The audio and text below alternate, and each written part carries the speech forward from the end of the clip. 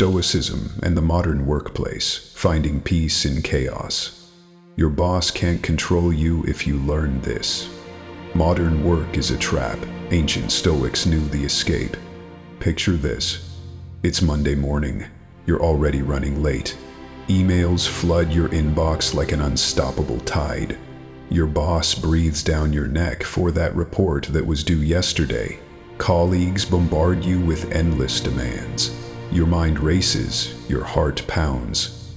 Stress builds, like a storm cloud about to burst. Does it feel like your entire life revolves around a never-ending cycle of chasing deadlines, fighting fires, and surviving one crisis after another? In this video, we'll explore how the timeless wisdom of Stoicism can help you not just survive, but actually find profound peace, even in the chaotic modern workplace. Because if Marcus Aurelius could find inner calm commanding the Roman Empire, surely we can find calm in our open-plan offices and Slack notifications. So stay with me till the end, and if you value ancient wisdom for modern problems, subscribe to Stoic Gateway for weekly insights that might just change the way you see your life. Let's start by being brutally honest. The modern workplace is, in many ways, an engine of stress. Deadlines are tighter. Competition is fiercer. Technology means we're reachable 24/7. Layoffs, economic uncertainty, and an always-on culture keep our nerves perpetually on edge. Even when we're not at the office, we're often working, replying to emails from the dinner table, fielding client calls while walking the dog. In the 21st century, work-life balance is less of a balance and more like a frantic juggling act. And this is not just about corporate jobs. Whether you're a gig worker constantly hustling, an entrepreneur fighting to keep your startup afloat, or a nurse on rotating shifts, stress is the universal language of modern employment. But what if I told you that nearly 2,000 years ago, the Stoics were already teaching us how to handle precisely this kind of chaos? What Stoicism actually teaches. At its core, Stoicism is not about suppressing your feelings or becoming a stone. It's about mastering your perceptions, controlling your reactions, and focusing only on what's truly within your control.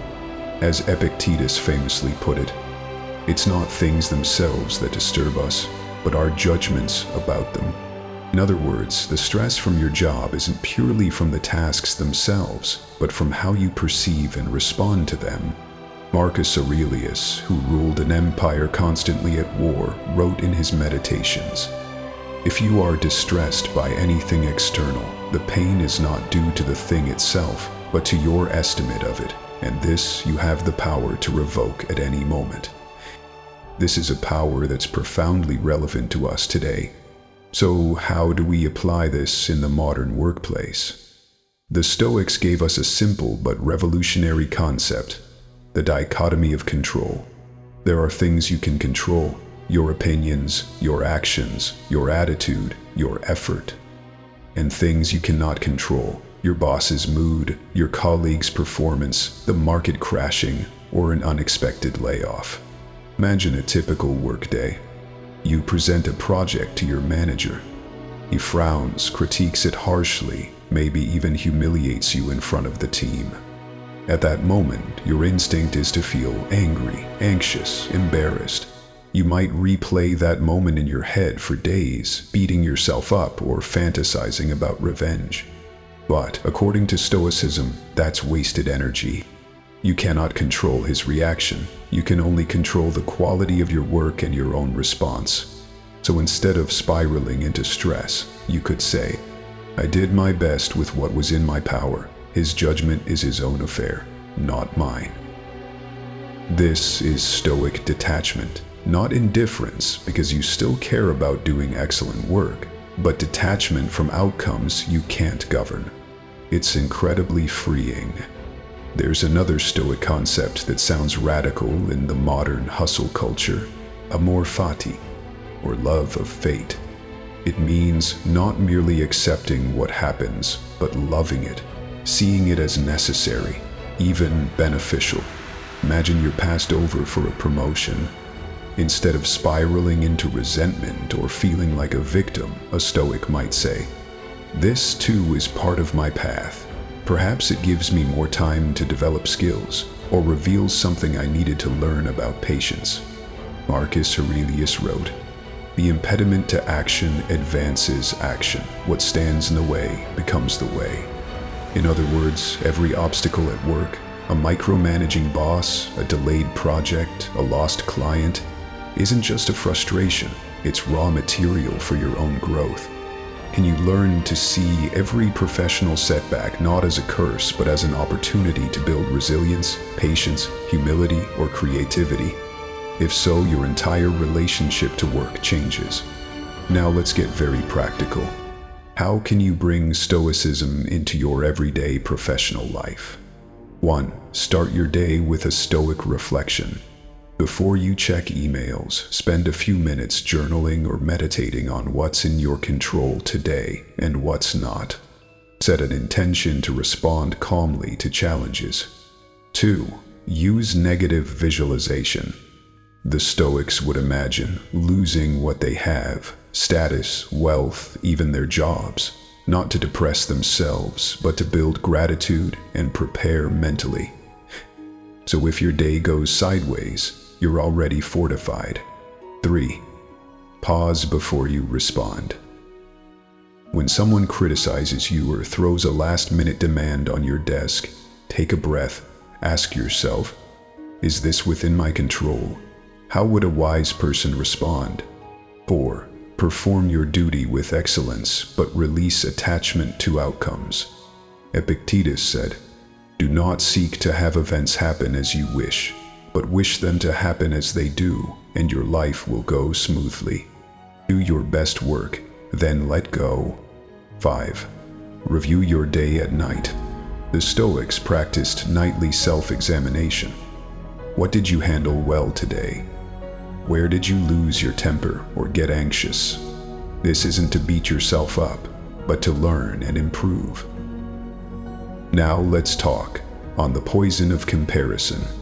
One of the biggest modern stress is comparison. We see colleagues getting raises, new titles, fancy LinkedIn posts, and feel we're falling behind.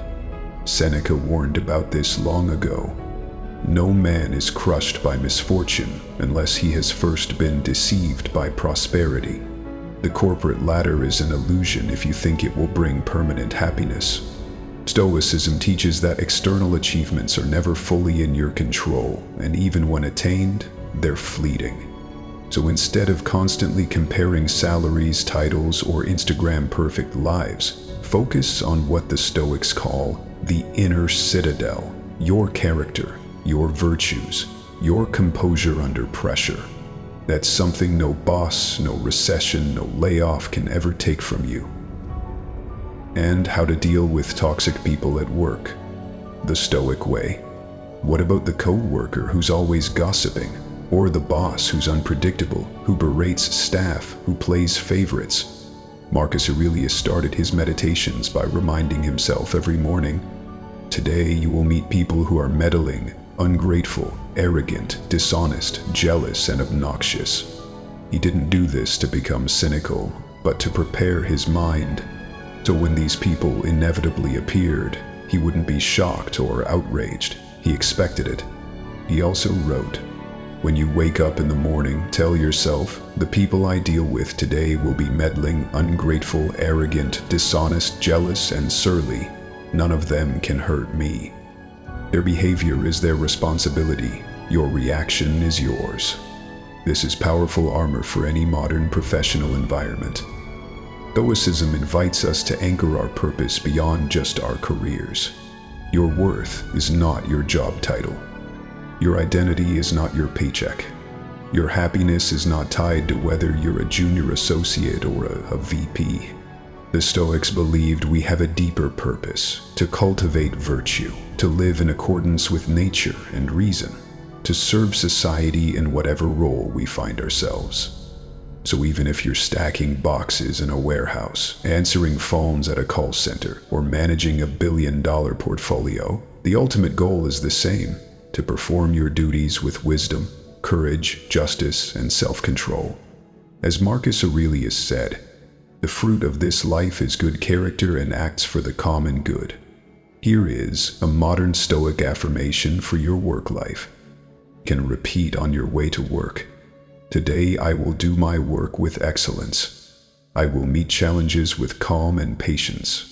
I will not be disturbed by things outside my control. I will remember that my worth is found in my character, not my career. Try whispering this to yourself on your commute or while waiting for your coffee. Notice how it shifts your mind from reactive chaos to composed purpose. Imagine what your professional life could look like if you truly embraced Stoic principles. You'd stop obsessing over promotions or fearing layoffs because your peace doesn't depend on external events. You'd handle criticism with grace, seeing it as an opportunity to grow. You'd stop comparing yourself to others, focusing instead on your own daily improvement. You'd even find meaning in tedious tasks, treating them as chances to practice patience and diligence. This isn't about lowering your ambitions.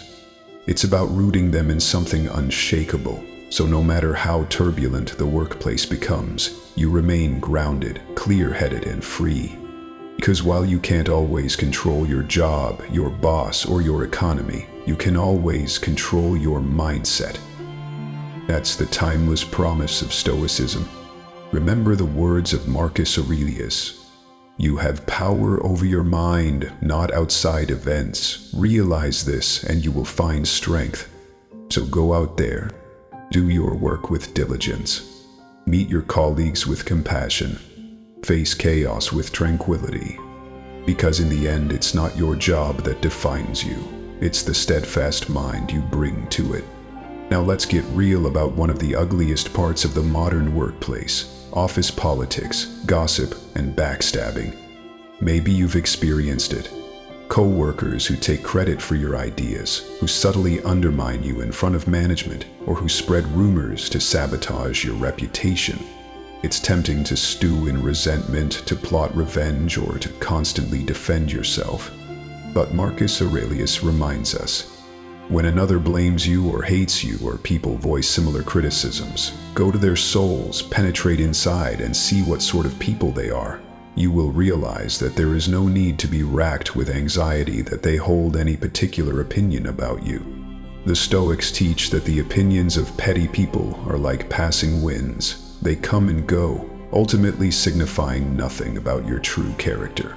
So instead of entangling yourself in drama, keep your focus on your own integrity and work. Let your consistent excellence be your silent advocate. And practice what Epictetus advised. Seek not the good in external things, seek it in yourselves. When you stop feeding on gossip, you become uninteresting to those who traffic in it, and you protect your inner peace. Another common modern complaint is boredom. Monotonous spreadsheets, endless customer service calls, tedious paperwork. But the Stoics would say, even these can be profound training grounds for your mind. Seneca argued that life's small irritations are actually essential practice. No tree becomes strong and sturdy unless many wind assails it. Even the boring task is a chance to practice patience, attention to detail, and diligence. If you can keep your mind steady and composed through dull or repetitive work, you're forging an unshakable character. So instead of thinking, "This is beneath me," think, "This is my job." Every hour is an opportunity to train discipline. The Stoics often practiced voluntary discomfort, fasting, taking cold baths, wearing simple clothes, so they would not be unduly attached to comfort and could face hardships with ease. In a modern context, this might look like taking the stairs instead of the elevator, doing focused work without your phone for an hour, resisting the urge to check notifications, and intentionally working through a challenging task without complaining. Each small act builds your tolerance for discomfort. Though when true workplace crises hit, tight budgets, tough negotiations, looming layoffs, you're not fragile. You've been training your mind all along. Ultimately, most of us fear burnout. We worry that we'll grind ourselves into dust chasing promotions or trying to prove ourselves. But Stoicism invites you to redefine success, not as the frantic accumulation of titles, money, or praise, but as eudaimonia, a flourishing of your character, a life lived in accordance with virtue. So the next time you're tempted to stay up all night to get one more slide deck perfect, ask, is this driven by genuine excellence or by fear of judgment? Is this helping me become more courageous, wise, just, and temperate, or only feeding my ego and insecurity? When you start aligning your daily work with building virtue, burnout gives way to a more meaningful striving. Finally, Stoicism is deeply social. It's not just about your private tranquility, but about fulfilling your role in the broader human community. Marcus Aurelius wrote, "Men exist for the sake of one another. Teach them then, or bear with them."